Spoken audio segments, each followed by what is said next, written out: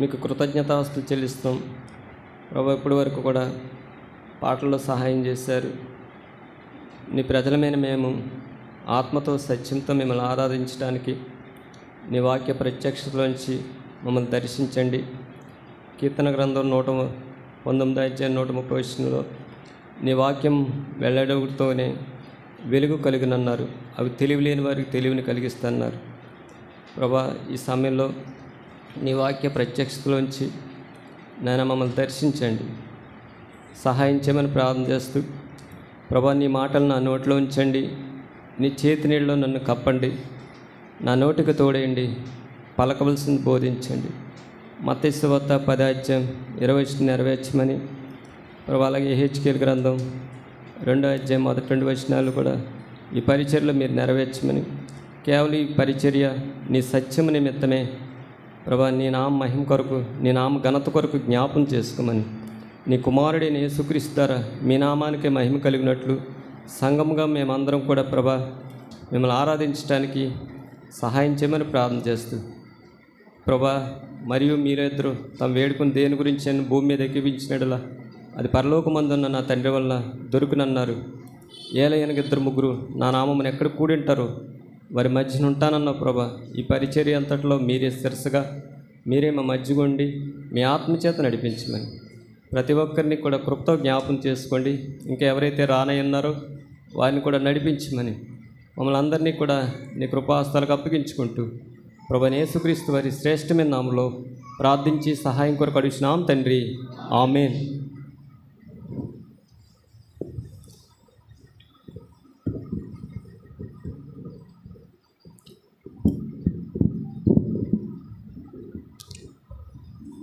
తండ్రి అయిన దేవునికి మరొకసారి మీ మధ్య నిలబడే కృపను ప్రభు ఇచ్చారు. అందుకే యేసుక్రీస్తు నామములో కృతజ్ఞతలు చెల్లిస్తున్నాను. కూడి వచ్చిన మీ అందరికీ కూడా ప్రత్యేకించి వందనములు. ఈరోజు ప్రత్యేకించి ఈ ఆదివారం ప్రత్యేకంగా ఏంటండి? మట్ల ఆదివారం. చాలామంది ప్రభు పిల్లలు ఈ దినం ప్రత్యేకించి ప్రభుని మట్ల ఆదివారం, ప్రభు యొక్క మరణం కూడా ముందుంది, ప్రభుని జ్ఞాపం చేసుకుంటున్నాం. ఈ సమయంలో ఆయన గురించి లేఖనాల్లోంచి కొన్ని విషయాలు తెలుసుకుని ప్రభుని ఆరాధిద్దాం. మొట్టమొదటిగా చూడండి, లూకాసు సువార్త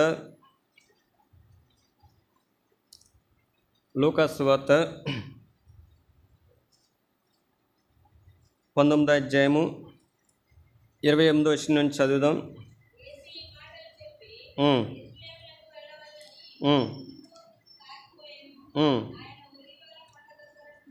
ఆయన ఒలీవల కొండ దగ్గరనున్న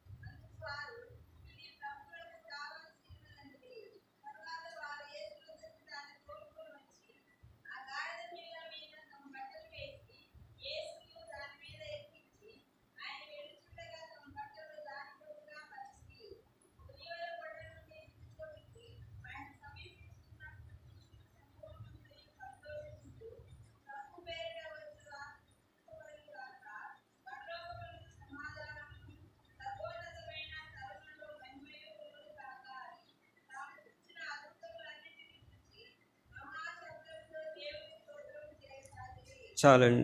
మనం చదివిన ఈ భాగంలో లూకాసు సువార్త 19:28 నుంచి 40 వరకు కూడా ఇక్కడ కట్టబడిన గాడిద, ఆ గాడిద మీద ఎవరు కూర్చున్నారండి? ప్రభు కూర్చున్నాడు. అక్కడ ప్రభు గురించి ఒక మాట రాయబడ్డది 38 ప్రభు పేరట వచ్చు రాజు స్తుతింపబడునుగాక, పరలోకమందు సమాధానమును సర్వోన్నతమైన స్థానంలో మహిమ ఉండునుగాక. ఈ రాజు ఆ గాడిద పిల్ల మీద కూర్చున్నాడు. ఆయన ఈ రాజు ఎవరండి? ఈ రాజు గురించి మరి 4 సువార్తల్లో కూడా రాయబడ్డది ఈ భాగం. చూడండి, మార్కు సువార్తలో కూడా అదే భాగం ఉంటుంది. 11వ అధ్యాయం 1వ వచనం చదవండి.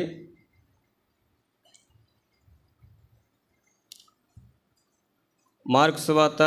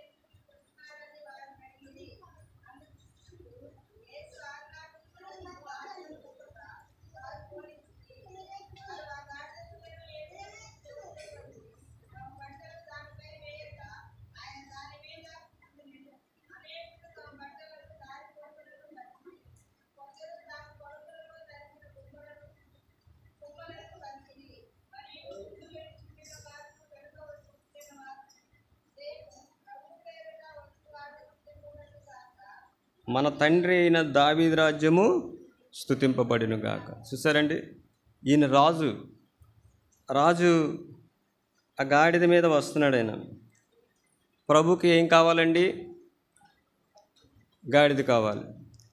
ఈ మాట మత్తయి సువార్తలో కూడా రాయబడ్డది. మత్తయి సువార్తలో కూడా చూడండి, ఒక మాట ఉంటుంది. మత్తయి సువార్త 21వ అధ్యాయం 1వ వచనం.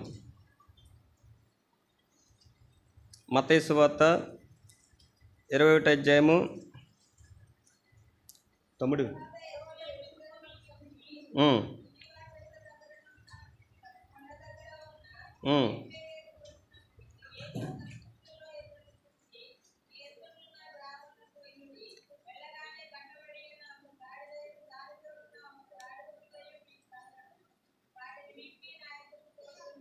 4వ వచనం చదవక, ప్రవక్త వలన చెప్పబడింది నెరవేరినట్టు ఇది జరుగును. చూసారండి, ప్రవక్త వలన అంటే ప్రవక్త ద్వారా దేవుడు ఏమైతే మాట్లాడాడో అది ప్రభు నెరవేర్చాడు.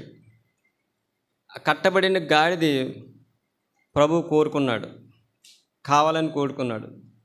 ఎందుకు చెప్పండి? ఆ గాడిద గురించి కూడా లేఖనాల్లో రాయబడ్డది. ఆ వాక్యం నెరవేర్చబడ్డది. ఆ గాడిద విషయంలో కూడా కట్టబడిన గాడిది ప్రభు కోరుకున్నారు. గాడిదని ఎక్కడ కట్టేస్తారండి? పశువులను ఎక్కడ కడతారు చెప్పండి? పశువులు మేపుతారు, పశువుల్ని జంతువుల్ని మేపుతారు. ఎక్కడ కడతారు? వాటికి ఒక ప్రత్యేకమైన స్థలం ఉంటుంది పశువులకి.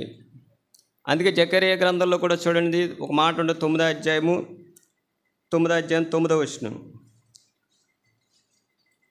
జకరియా గ్రంథం 9వ అధ్యాయం 9వ వచనం.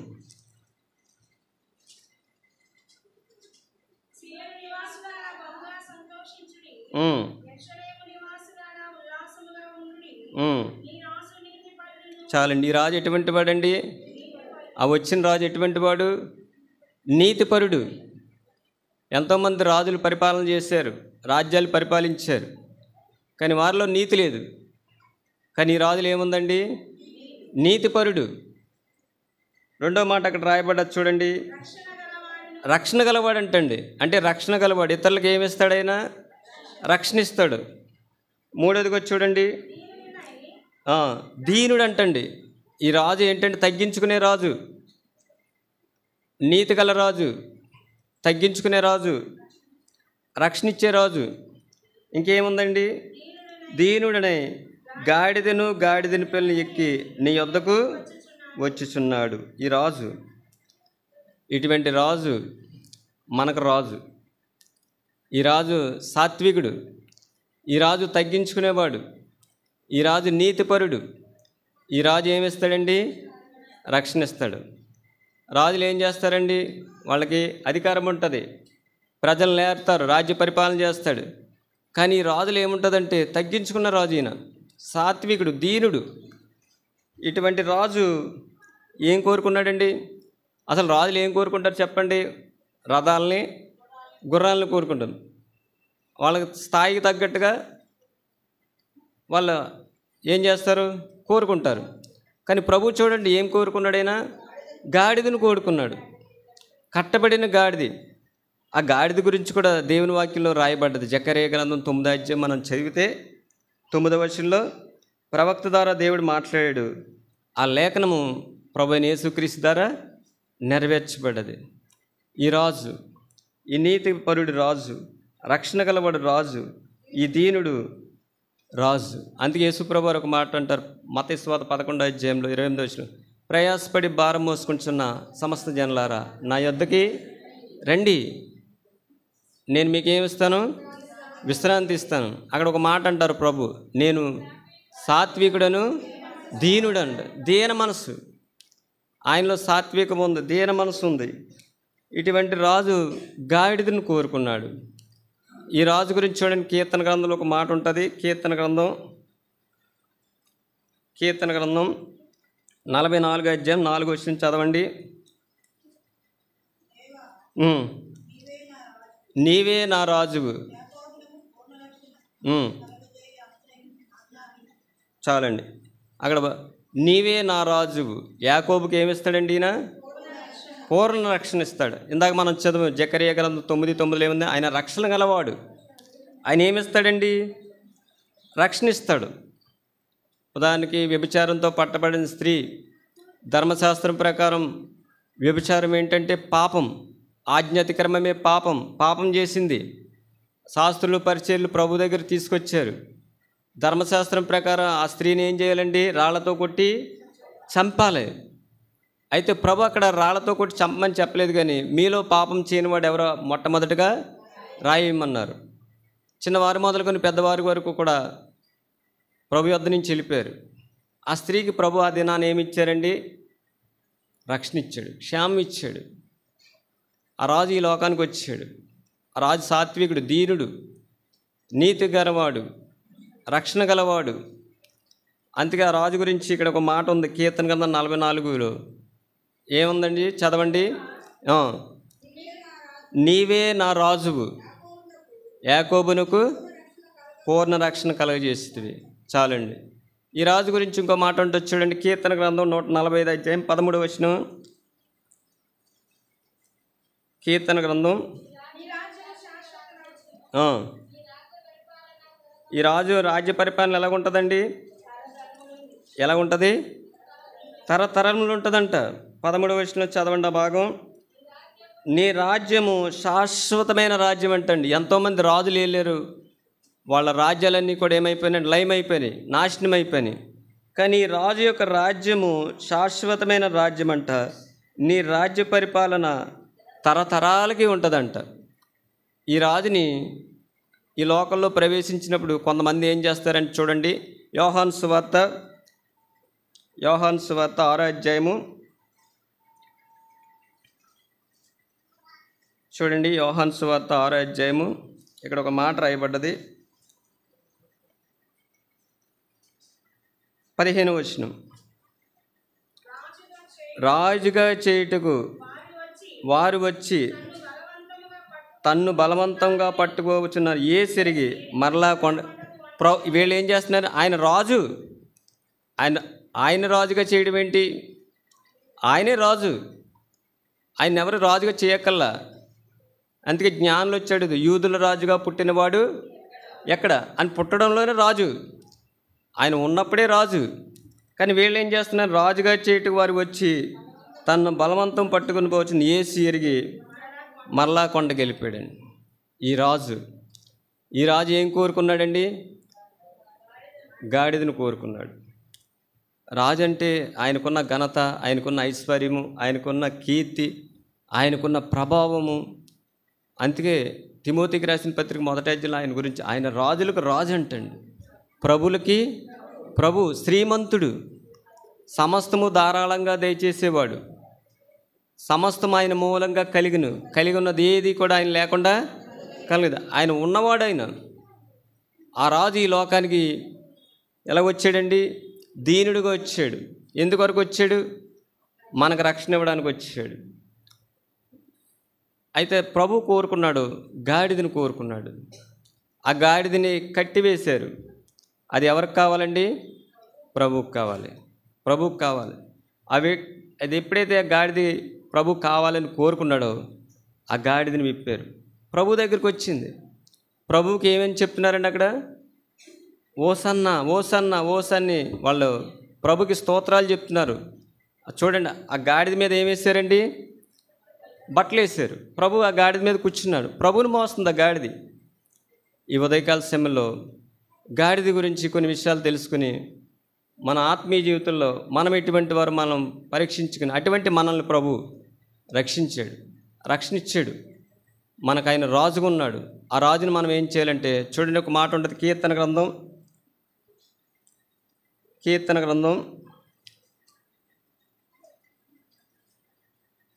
45వ అధ్యాయము 11వ వచనం.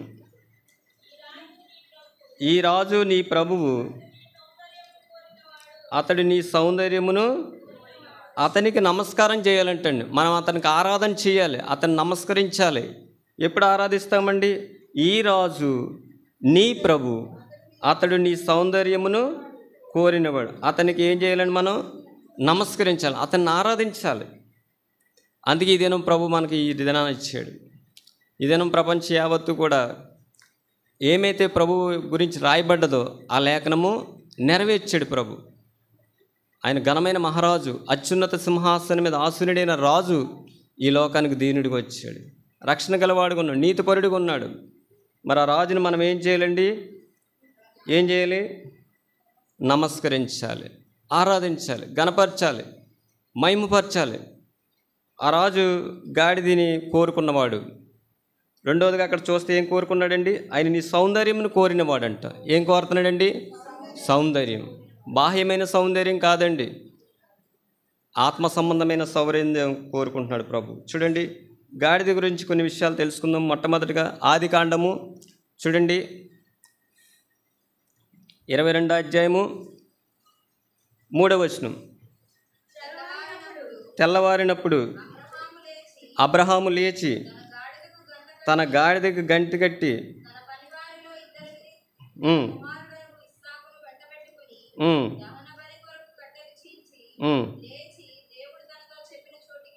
చాలండి. అబ్రహాంకు ఒక గాడిద ఉంది. ఆ గాడిదని ఎక్కడ తీసుకెళ్ళాడండి అబ్రహాము? చెప్పండి. నీకొక్కడైన కుమారుడిని దహన బలిగా అర్పించుటకు దేవుడు కోరుకున్నాడు. ఆ కోరుకున్న కుమారుడిని బలిగా అర్పించడానికి అబ్రహాం ఏమేమి తీసుకెళ్ళాడంటే అక్కడ చూడండి, అక్కడ రాయమన్నప్పుడు 3వ వచనం. తెల్లవారినప్పుడు అబ్రహాము లేచి తన గాడిదకి గంత కట్టి తన పనివారులు ఇద్దరిని తీసుకెళ్ళాడు, తన కుమారుడి అబ్రహాము. నలుగురు, ఒక గాడిద ఉంది. ఆ గాడిద మీద ఏం పెట్టాడు? ఆయన కట్టెలు పెట్టాడు. అంటే గాడిదలు ఏం చేస్తాయండి? అక్కడేమో ప్రభువుని మోసింది ఆ గాడిది, ఈ గాడిద ఏం మోసిందండి? కట్టెలు. అంటే బరువులు మోసేది గాడిది. ఈ గాడిది అబ్రహాంకి చూసారండి, అబ్రహాం గాడిదని తీసుకెళ్ళాడు, ఆ కట్టెలు మోసింది గాడిది. రెండో చూడండి, ఆదికాండము. ఈ గాడిద ఇంకేం చేస్తుంది? 45వ అధ్యాయము, ఆదికాండము 45వ అధ్యాయము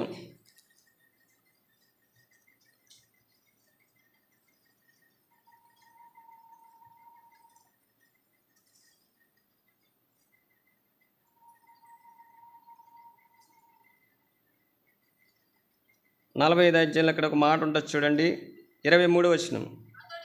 అతడు తన తండ్రి నిమిత్తము ఐగుప్తులోనున్న మంచి వస్తువులను మోయుచున్న 10 గాడిదలను మార్గమునకు తండ్రి నిమిత్తం ఆహారమును ఇతర ధాన్యములను తినబండం మోచున్న 10 గాడిదలు ఏం చేస్తున్నాయండి?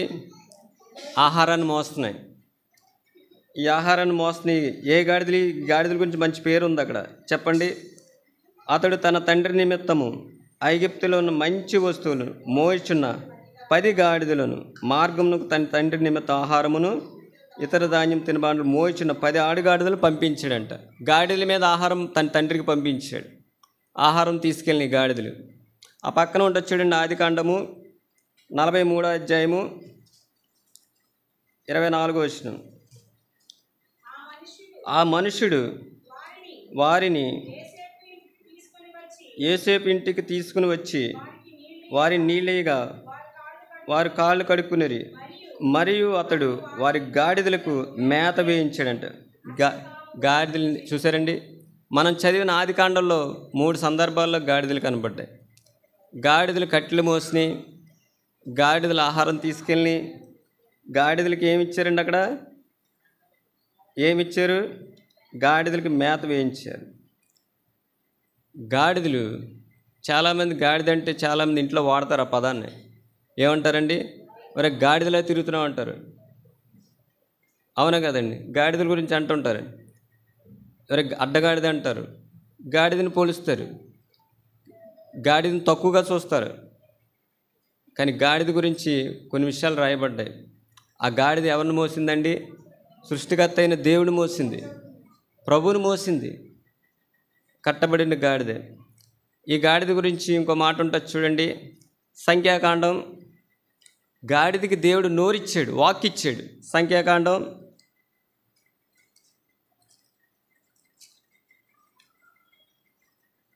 22వ అధ్యాయము 21వ వచనం నుంచి. ఇక్కడ బిలాముకు ఒక గాడిద ఉంది. ఉదయమున బిలాము లేచి తన గాడిదకు గంతగట్టి మోయాబు అధికారులతో కూడా వెళ్ళిన. అతడు వెళ్ళుచుండగా దేవుని కోపం వచ్చింది బిలాము మీద. ఎందుకని? దేవుడు వెళ్ళొద్దన్నాడు.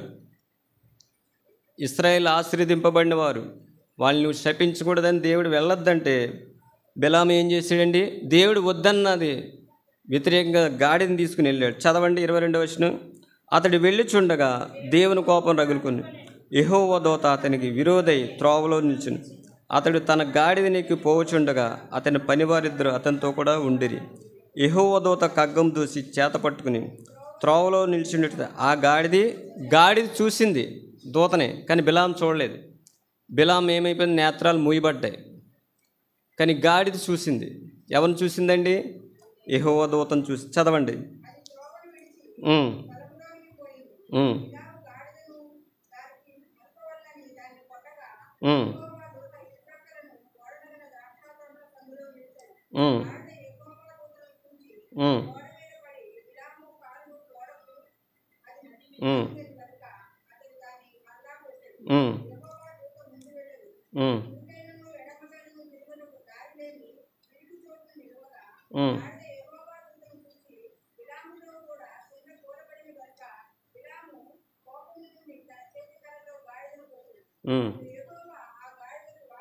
చాలండి. గాడిదకి దేవుడు ఏమిచ్చాడండి? గాడిద మాట్లాడింది. ఈ గాడిద ఇక్కడ చూస్తే తన యజమానుడికి నమ్మకస్తురాలు, యజమానికి లోబడుతుంది. కుట్టినా కానీ నిజంగా గాడిద వదిలేసి పారిపోతే బిలాము ఏమవుతాడండి? కానీ ఆ యజమానుడి మరణాన్ని తప్పించింది ఎవరంటే గాడిద. చూడండి కింద చదవండి ఇంకా.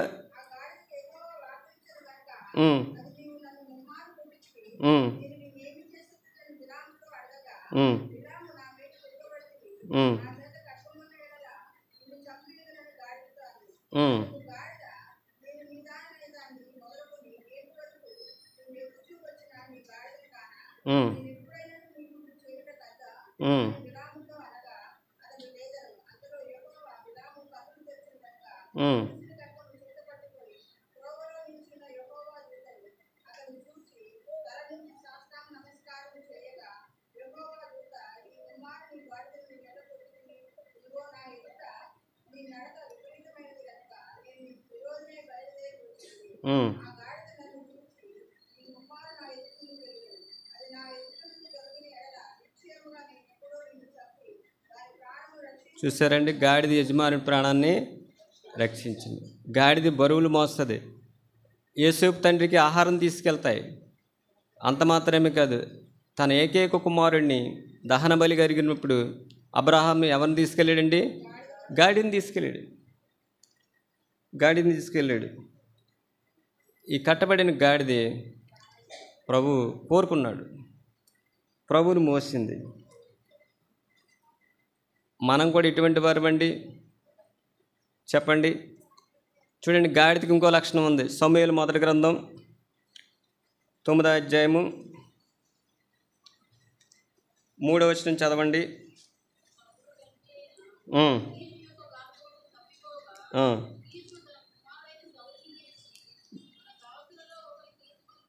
చాలండి. గాడిదలు తప్పిపోతాయి.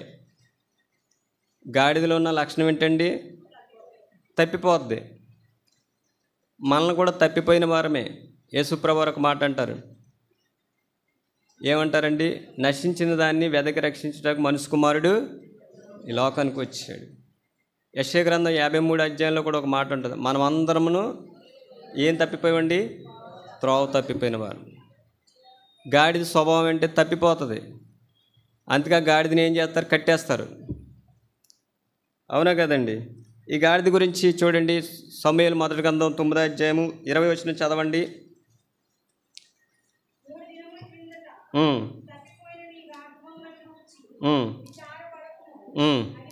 చాలండి. ఈ గాడిద మళ్ళీ ఏం చేసిన? యజమానుడికి దొరికినాయి.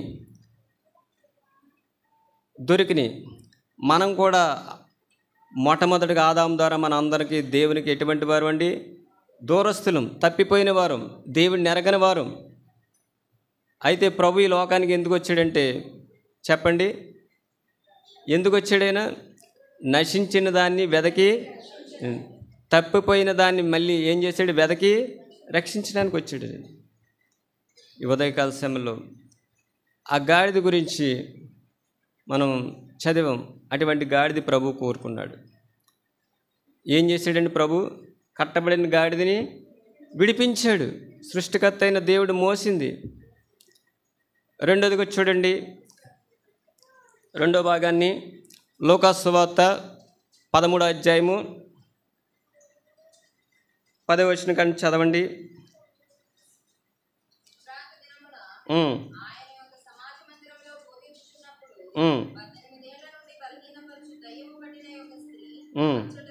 చాలండి. ఇక్కడ ఒక మాట ఒక స్త్రీ గురించి రాయబడ్డది. ఏంటంటే ఎన్ని సంవత్సరాలండి? ఎన్ని సంవత్సరాలు? అక్కడ 18 ఏళ్ళ నుంచి ఒక దెయ్యం పట్టుకుంది ఆవిడ్ని. బలహీనపరచు దెయ్యం అంట. ఒక స్త్రీ అక్కడ ఉంది. ఆమె నడుము వంగిపోయింది, ఎంత మాత్రమును చక్కగా నిలబడింది. అయితే దేవుడు యేసుప్రభువారు అక్కడ ఏం చేశారంటే చూడండి, 12వ వచనం. యేసు ఆమెను చూసి రమ్మని పిలిచి, అమ్మా, నీ బలహీనత నుండి విడుదల పొంది ఉన్నావని ఆమెతో చెప్పాను. చూసారండి, 18 సంవత్సరాల నుంచి అక్కడ ఒక మాట ఉండదు. 16వ వచనం. ఇదిగో 18 ఏండ్ల నుండి సాతాను బంధించిన అబ్రహాము కుమార్తె అయిన ఈమెను విశ్రాంతి దినమని ఈ కట్ల నుండి విడిపింపదా. చూసారండి, 18 సంవత్సరాలు అపవాది ఏం చేసింది చెప్పాలి? బలహీనపరుస్తుంది. 18 సంవత్సరాలు బలహీనపరుస్తుంది. నడుము వంగిపోయింది, చక్కగా నిలబడలేదు. దీనికి కారణం ఏంటని చెప్పండి? అపవాది ఏం చేశాడు? అక్కడ ఆ మాట రాయబడ్డది 16వ వచనం. ఇదిగో 18 ఏండ్ల నుండి సాతాను బంధించాడు అంటండి. ఎన్ని సంవత్సరాలండి? 18 సంవత్సరాలని బంధిస్తే ప్రభు ఏం చేశాడు? విశ్రాంతి దినమున ఆ కట్ల నుండి విడిపించాడు. ప్రభు కోరుకున్నాడు, మొట్టమొదటిగా గాడిదని కోరుకున్నాడు. గాడిద మీద ఆయన ఎక్కాడు, లేఖనాలు నెరవేర్చాడు. రెండోదిగా చూస్తే 18 సంవత్సరాల నుంచి నడుము వంగిపోయింది, చక్కగా నిలబడలేదు. అటువంటి స్త్రీని ప్రభు ఏం చేశాడండి? బంధించున్న ఆమెని కట్ల నుండి విడుదల ఇచ్చాడు. ఆమె గురించి ఒక రాయబడ్డది ఆ మాట. ఆమె ఎవరండి? అబ్రహాము కుమార్తె. అబ్రహాము కుమార్తె కుమారుడు అని రాయబడితే అక్కడ కారణం ఏంటి చెప్పండి? అందరు చెప్పండి. అక్కడ అబ్రహాము కుమార్తె అని రాయబడ్డది. కుమార్తె అంటే ఎవరు చెప్పండి? కుమారుడు అంటే ఎవరు? జక్కయ్య గురించి ఒక మాట అంటారు ప్రభు, ఇతనును అబ్రహాము కుమారుడు. అబ్రహాముకి ఎందుకు కుమారుడేయుడు చెప్పండి? రక్షణ వచ్చింది. రెండవదిగా ఎందుకు ఆయన అబ్రహాం కుమారుడేయుడు? చూడండి, గలతీయులకు రాసిన పత్రిక, గలతీయులకు రాసిన పత్రికలో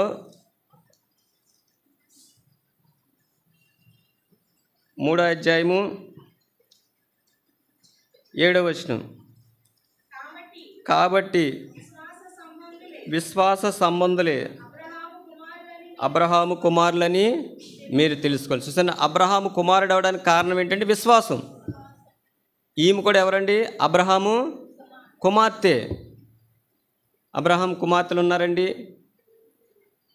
చెప్పాలి, ఉన్నారా? అబ్రహాముకి కుమారుడు ఇచ్చింది వాగ్దాన పుత్రుడు ఎవరు? ఇస్సాకు. కానీ ఈమె ఏమైందంటే అబ్రహాం కుమార్తె అయింది. ప్రభు పిలుస్తున్నాడు. 18 సంవత్సరాలు బంధించిన ఆ కట్టల నుండి ప్రభు ఏం చేశాడంటే విడిపించాడు.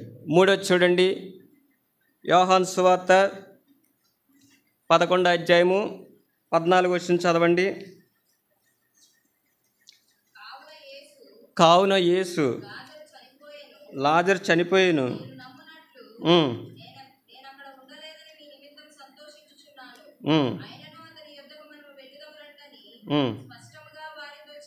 చాలు. 17వ వచనం చదవండి.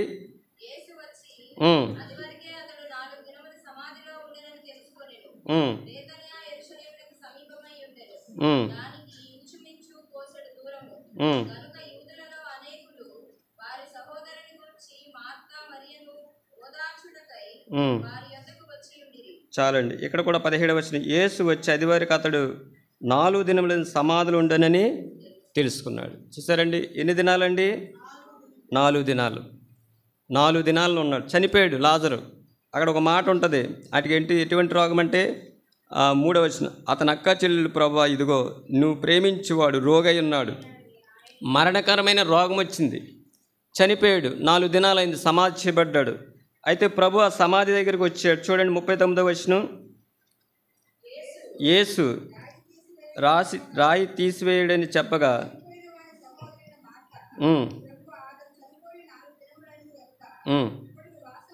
చాలండి, వాసన కొట్టేవాడండి. 4 దినాలంటే దుర్వాసన వస్తుంది, చలనం లేదు, సమాధులు ఉన్నాడు. అయితే ప్రభు ఏమన్నారంటే అక్కడ ఒక మాట ఉంటుంది చూడండి, 43వ వచనం, ఆయన అలాగ చెప్పి లాజరు బయటికి రమ్మని బిగ్గరగా చెప్పగా చనిపోయిన వాడు కాళ్ళు చేతులు ప్రేత వస్త్రంలో కట్టబడిన వాడై వెలుపలకు వచ్చును, అతని ముఖముకు రూపాలు కట్టి ఉన్న అతన్ని కట్లు విప్పి పోనీడని అతనితో చెప్పాడు. చూసారు, వారితో చెప్పాడు ప్రభు. ఇక్కడ లాజరుని ఎక్కడి నుంచి విడిపించాడండి? సమాధిలో నుంచి, మరణంలో నుండి. మరణంలో ఉన్నాడు, మరణం ఆయన బంధించింది. కానీ ప్రభు ఏం చేశాడండి? అందుకే ఒక మాట ఉంటుంది, ఆయన అక్కడే ఉంటుంది చూడండి 25వ వచనం, అందుకు యేసు పునరుద్ధానమును జీవమును నేనే, నా యందు విశ్వాసం ఉంచిన వాడు చనిపోయినను. లాజరు చనిపోయాడు, 4 దినాలైంది. కానీ ప్రభు మాట్లాడితే ఆ విశ్వాసాన్ని బట్టి ఎక్కడికి వచ్చాడండి? మళ్ళీ మనుషుల్లోకి వచ్చాడు. సమాధిలో ఉండవలసిన వాడు, మరణం బంధించింది. కానీ ప్రభు ఏం చేశాడంటే అది ఆ కట్లు విప్పాడు. ఇప్పి ఏం చేశాడు చూడండి 12వ అధ్యాయం 1వ వచనంలో నా మాట ఉంటుంది, కాబట్టి యేసు తన మృతుల్లో నుండి లేపిన లాజరున్న బేతనియ పస్కా పండుగ 6 దినం ముందుకు వచ్చింది. అక్కడ వారు ఆయనకు విందు చేసిరి. మార్త ఉపచారం చేసిన లాజరు ఆయనతో కూడా సహవాసంలో కూర్చున్నాడు. చచ్చిపోయిన లాజరు ఎక్కడికి వచ్చాడండి? యేసు ప్రభుతో సహవాసానికి వచ్చాడు. గాడిద ఎక్కడ ఉంటుందండి? బరువులు మోయాలి, వెలపలు ఉంటుంది. కానీ అదేనా ప్రభు కావాల్సి ఉన్నదంట. ఆ గాడిద విప్పారు, గాడిద ప్రభువుని మోసింది, బరువులు మోస్తుంది. ఆ గాడిద గురించి ఇంకో మాట ఉంటుంది చూడండి ద్వితీయోపదేశకాండంలో, ద్వితీయోపదేశకాండం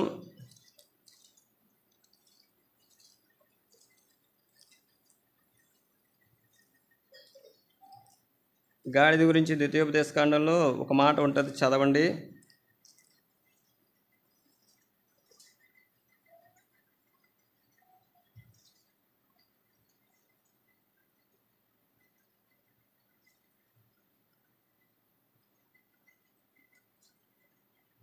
మూడవ వచనం చదవండి. 14:3 నువ్వేమైంది ఏది తినకూడదు, మీరు తినదగిన జంతువులు ఏదనగా ఎద్దు, గొర్రెపిల్ల, మేకపిల్ల, దుప్పి,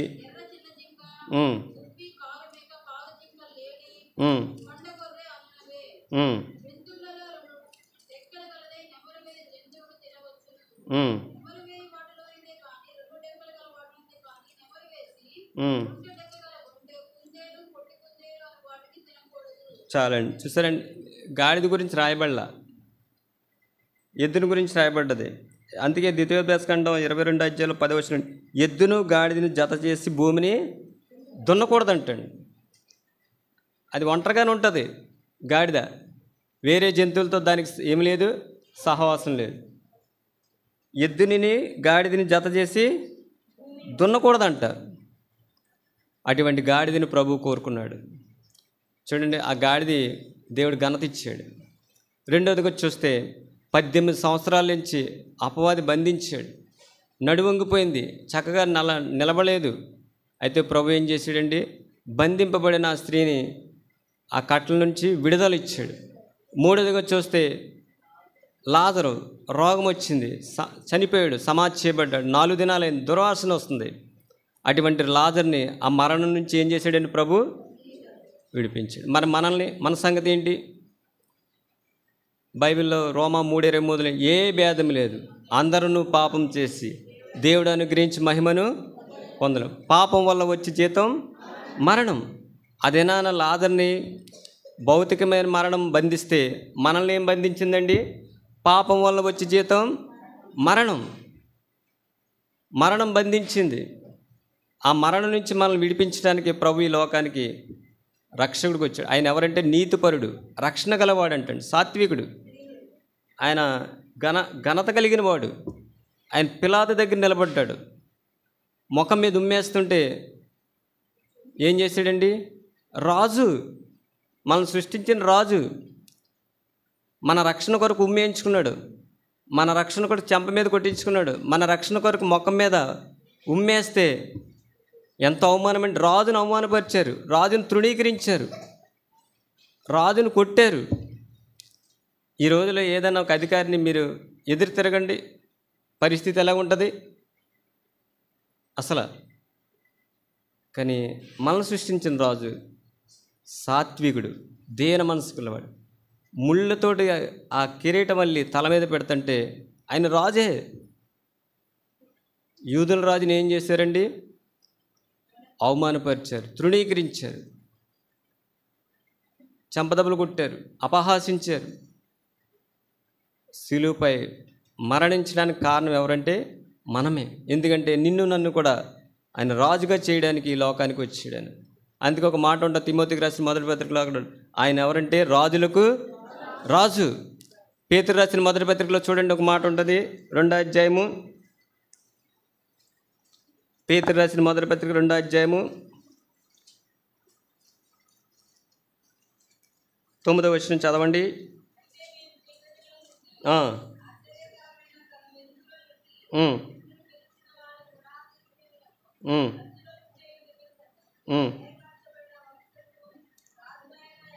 మనం ఎవరు అండి? రాజులైన యాజం. ఆయన రాజు, నిన్ను నన్ను రాజుగా చేయడానికి తను తగ్గించుకున్నాడు, ముఖం మీద ఉమ్మేయించుకున్నాడు, చెంపదెబ్బలు కొట్టించుకున్నాడు, అవమానం పొందాడు. ఆయన ఇంకేం చేశాడంటే ప్రతి మానవుని కూడా మరణం వెళ్తుంది, ఆ మరణాన్ని కూడా ప్రభు ఏం చేశాడండి? రాజు జయించాడు. దావీదు పాపాన్ని జయించలేకపోయాడు, సొలొమోను పాపాన్ని జయించలేకపోయాడు. సొలొమోను కంటే గొప్పవాడు ఈ రాజు. కానీ ఈ రాజు ఏం చేశాడంటే మరణాన్ని, పాపాన్ని కూడా జయించాడు. సవాల్ విసిరాడు, నా యందు పాపముందని మీలో ఎవరు స్థాపించరు. ఈ రాజు నిన్ను నన్ను కూడా ఏం చేశాడండి? రాజుగా చేశాడు. ఆయనకి రాజ్యం ఉంది. ఏ రాజ్యం అది? శాశ్వతమైన రాజ్యం. అందుకే ప్రభు అంటారు, పరలోక రాజ్యం సమీపించినది, మారు మనసు పొందిడి. చూసానండి, ఈ రాజ్యంలోకి మనల్ని ప్రభు చేర్చుకున్నాడు. ఆ రాజ్యాన్ని మనకు అనుగ్రహించడానికి, మనల్ని కూడా రాజులుగా చేయడానికి ప్రభు లేఖనముల ప్రకారం మన పాపాల కొరకైనా మరణించాడు. సమాధి చేయబడ్డాడు. సమాధిలోంచి 3 దినాలు లేచి ఎక్కడికి వెళ్ళాడండి ప్రభు? ఎక్కడికి వెళ్ళాడు? పరలోకానికి వెళ్ళాడు. ఆయన మళ్ళీ ఎలాగ వస్తున్నాడంట? రాజుగా వస్తున్నాడు. ఒకప్పుడైతే దీనుడికి వచ్చాడు, సాత్వికుడికి వచ్చాడు. ఇప్పుడు ఎలాగ వస్తున్నాడండి? ఎలాగ వస్తున్నాడు? ప్రభావంతో వస్తున్నాడు, మహిమగల రాజుగా వస్తున్నాడు. ఎవరి కొరకు? నీ కొరకు, నా కొరకు, మనందరి కొరకు. మరి ఈ సమయంలో ఆ రాజుని మనం ఏం చేయాలండి? నా రాజువైన దేవా నిన్ను నేను గణపరిచేదను. ఆయనకి నమస్కారం చేయాలి. చివరికి ఒక మాట చూడండి, కీర్తన గ్రంథం 45 అధ్యాయము, కీర్తన గ్రంథం 45 అధ్యాయం 11వ వచనం. ఈ రాజు నీ ప్రభు, అతడు నీ సౌందర్యం కోరినవాడు, అతనికి నమస్కారము చేయాలి. నువ్వు నమస్కారం చేయాలి, ప్రభుని ఆరాధించాలి. నువ్వు ఎప్పుడైతే రాజుగా చేయబడ్డావో ఆ రాజులకు రాజుని మనం ఏం చేయాలండి? నమస్కరించాలి. ఒకప్పుడు నేను పాపంతో ఉన్నాను, చీకట్లో ఉన్నాను, అపవిత్రమైన జీవితంతో ఉన్నాను. ఒక వ్యభిచారిని ప్రభు ఏం చేశాడండి? అదే నాన్న రక్షించాడు. రాజు ఏం చేస్తాడు? తన ప్రజల్ని రక్షిస్తాడు. నిన్ను నన్ను కూడా పాపం నుండి రక్షించాడు, పాతాళం నుండి రక్షించాడు, దైవ ఉగ్రత నుంచి రక్షించాడు, అపవాది నుంచి రక్షించాడు. అంత మాత్రమే కాదు, ఇంకెక్కడి నుంచి రక్షించాడు? మరణం నుండి రక్షించాడు. ఈ రాజుని మనం ఏం చేయాలండి? ఆత్మతోనూ సత్యంతోనూ ప్రభుని ఆరాధించాలి. అటువంటి కృప దేవుడు మనకు అనుగ్రహించును గాక. మరి విన్న వాక్యాన్ని ఆధారం చేసుకుని ప్రభుని ఆరాధిద్దాం.